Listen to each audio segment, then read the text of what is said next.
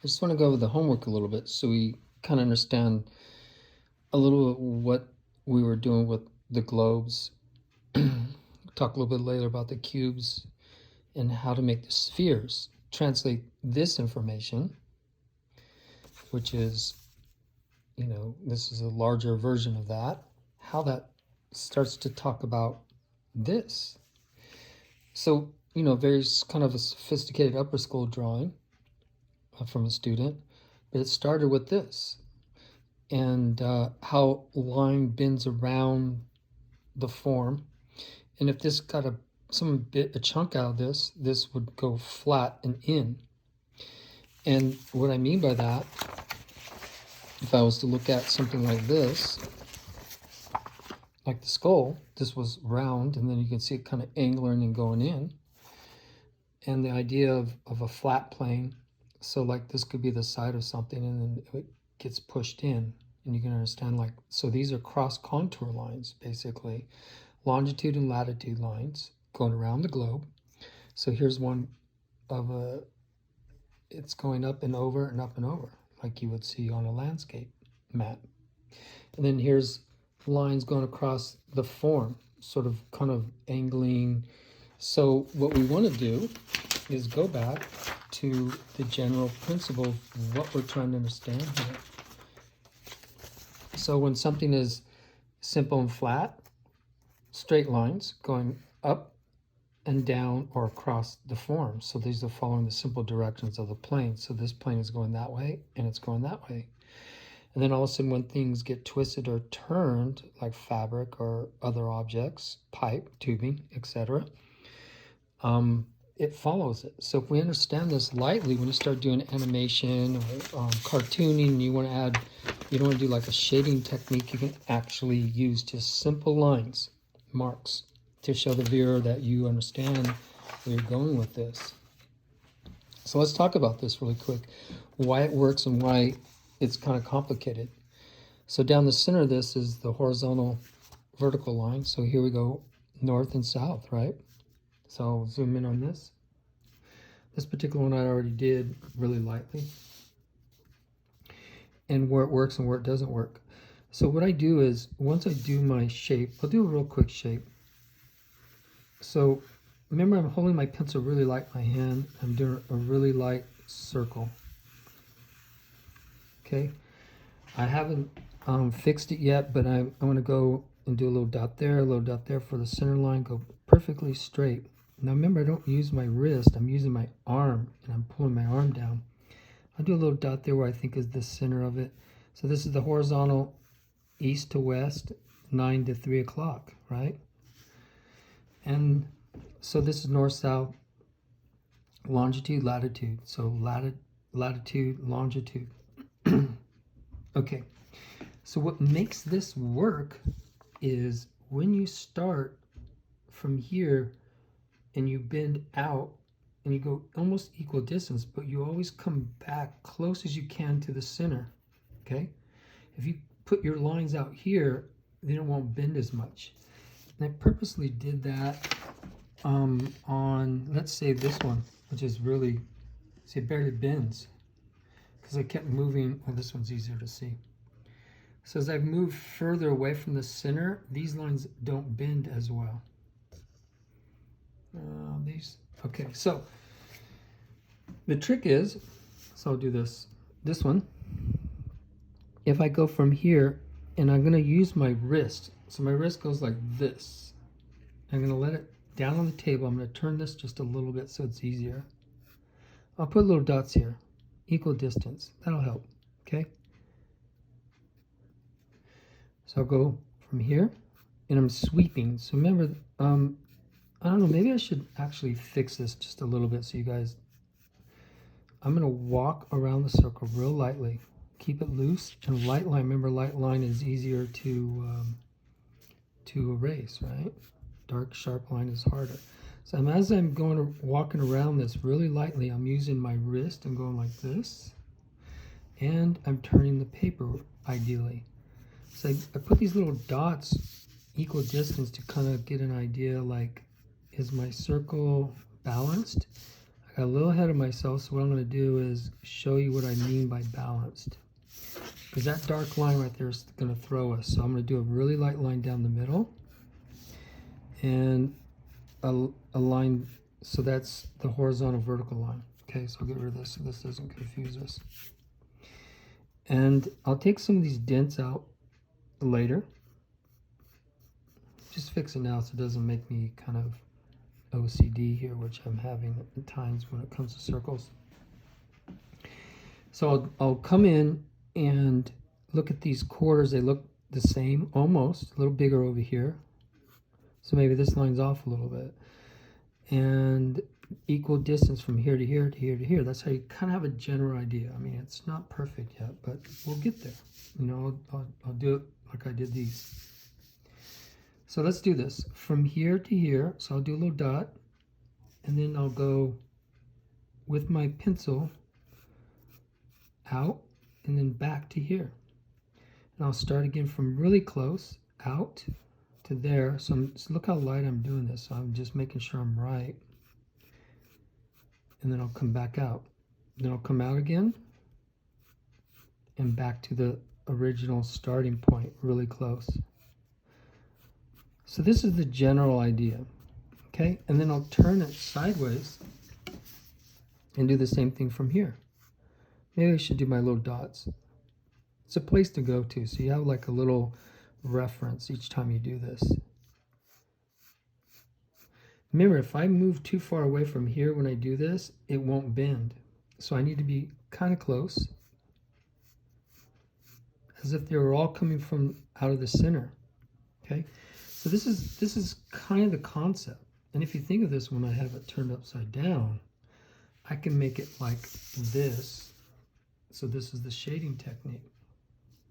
And the shading technique is coming from the light source coming from one side, which is over here, okay? And then bounces and does a shadow.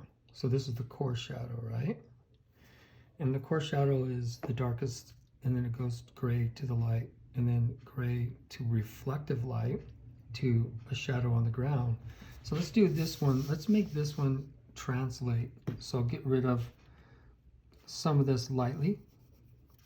I mean, we can actually get rid of this and just start from a brand new one, but I'll just use this one.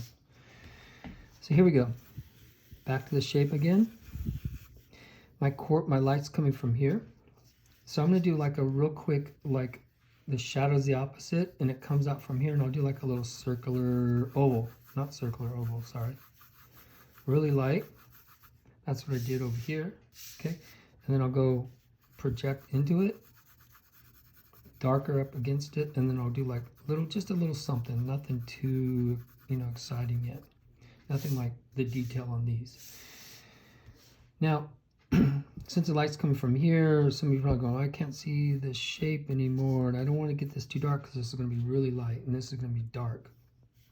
So remember, I'm holding my pencil super light. I'm trying to do these curves like this, but I'm doing it on an angle, not perfectly like this, but I can do some like this, some like this. I'm not putting them close together at all. I'm going up to like 2 o'clock, past 3 o'clock, and down low. And then I need to start going this way. So this way, okay, because the form, remember the form goes, it's following the outer curve a little bit. So that's a clue. Always kind of turn your hand with the shape. Now you get past the center, we have to change directions, okay? So you're kind of following it this way and following it this way. The shadow's moving like this. So we got to almost kind of adapt a little bit. So I'm going to come over here and go lightly this way. You can barely hear my line. And almost like a little bit of a scribble, but I'm just turning my pencil constantly. I'll come out almost to the edge.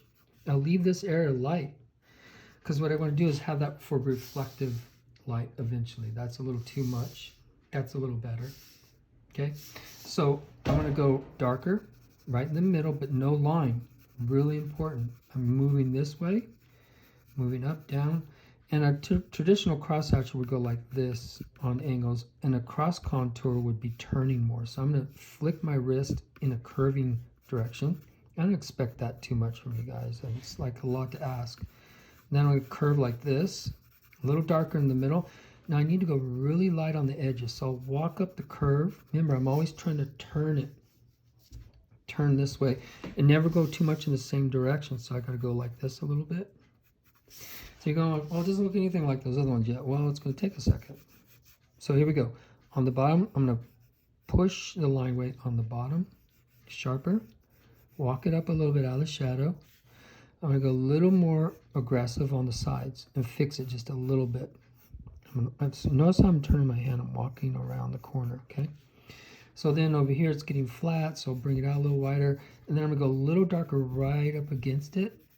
I'm barely putting pressure though. And then as I go further, I'm going to fade lightly.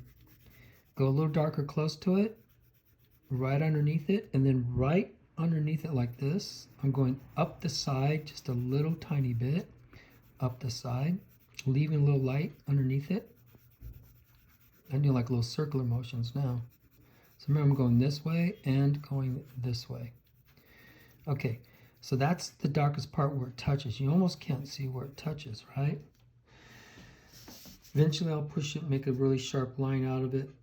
And, you know, I don't need to put this east, northwest on it either. Because this is a demo. So I'm going to go darker, darker, darker. And you'll go like, oh, how do you blend them? Well, in upper school, we don't blend as much. We like to show the lines. But in middle school, maybe we'll do a little blending, okay? Because I know everyone wants to blend. A Q-tip, paper towel, tissue, or your finger, lightly. Just lightly, kind of go like this. Cross-hatchers hate this because they want to see the line. I don't think they hate it, but you know. I'm going to go across the middle lightly like this. Kind of what we call a random line. This really shouldn't, that flattens it out by the way of the direction I'm going, but I'm going to come back and reinforce it this way. And still push the center darker. As long as I have a little bit of an angle and I'm kind of going, so I'll go up. And I'm going to go really a little darker right along the edge. And now I'm going to start drawing the edge just a little bit more and let the shadow come right into the edge and up it.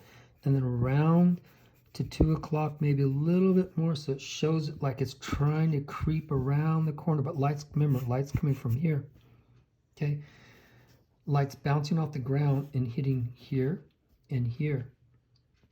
So I can go sharper and darker. A little sharper, but not too dark because this is the light source. And as a matter of fact, I'll show you how to use the eraser on the pencil and clean this up a little bit. It's getting flat. Okay, so we can fuss with this for a long time and you're already falling asleep. I can hear you snoozing. Now, this will be very delicate. And then eventually I'll make this a lot lighter and then this a lot darker. So I'll do circular motions so it blends a little easier that way. I'll do a couple more lines, a little circular right in the middle. You can barely even see that I'm doing circular. That just makes it more organic because this whole thing is circular, right? So I can do light lines like this and bring it real close to making the highlight more like right here by walking around. So I'll do a super gray tone. Okay, darker, way darker, right in the middle of that. Remember, don't go on the edge because we want this to go to gray, right? So this is kind of the beginning of what these are doing. And, you know, I can blend it a little bit more. I can make the shape a lot prettier, taking the chunk out of it. The eraser does a really cool trick. You can kind of go like this, lightly, and it also erases these light, delicate lines that go right into the, so I'll zoom in a little bit. Okay. Now you can see how chunky this is over here, so I'll actually get rid of this. You're going like, ooh, I like this one. Okay, how did you, I don't really like the shading on this one as much as I let's say this one or this one. But let's see, how did I get the background? So the background is a horizon line, and you gotta look almost through it. So I'm not putting the line right through the middle of it. And then to get this background, I'll walk right into this like this, maybe on an angle. And how I'm able to make a sort of straight line and not like ziggity zaggities like this, okay? You don't want to do that. It's I'm kind of releasing the pencil like this and trying to draw straight. So this is just a real quick tone to make this glow more. And then I'll blend it if I want, you know? And then more together, so this way, this way. So back to the shadow, I can go really, really dark, really push it down hard right there, and then fade it into the ground, because you almost like your finger, you can't really see where your finger is touching if it's curved, right? If it's a flat object, you can see where it touches. If it's a curved object, you can't really honestly see the bottom of it, okay? Well, unless you got under there like Mr. Ant does. So let's look at this, how we looked at this, okay? And the reason why we're learning this is how we move around the form constantly. So really light line, putting pressure here and pulling up. This is how this all happened. This way, this way, this way. You know, it's hard to see this because it's been Xeroxed so many times. There used to be really beautiful, delicate lines all the way around this. And then we'll get back to other objects, you know, like the banana, how that banana even happened. Okay, you know, so it's like going do like this. And then how do we do things in a pin in the same concept? Moving with the pin going like this and going this way, but going this way and going this way and going this way. So it's just simple knowledge. And then we'll get to the cubes. Drive safe.